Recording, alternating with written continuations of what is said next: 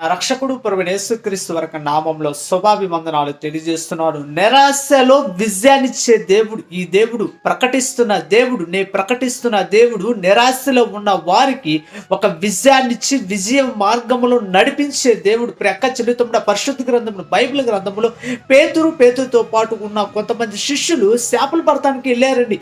ఒక రాత్రి అల్లా ప్రయాసపడ్డా కానీ ఒక్క చేప కూడా పడాల.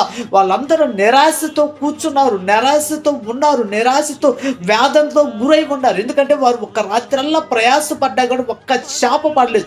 ప్రక్క చలితముడు ఆ దేవుడు దైవశక్తి గల దేవుడు, సర్వశక్తి గల దేవుడు మళ్ళీ వారి కాడికి వచ్చి పేతురు వలని కుడి పక్కకేయమని చెప్పాడు. ఎప్పుడైతే ఒక్క వల వేసాడు పేతురు, కుడి పక్కకి వేయలోనే విస్తారమైన చేపలు వల నిండా పడ్డాయి.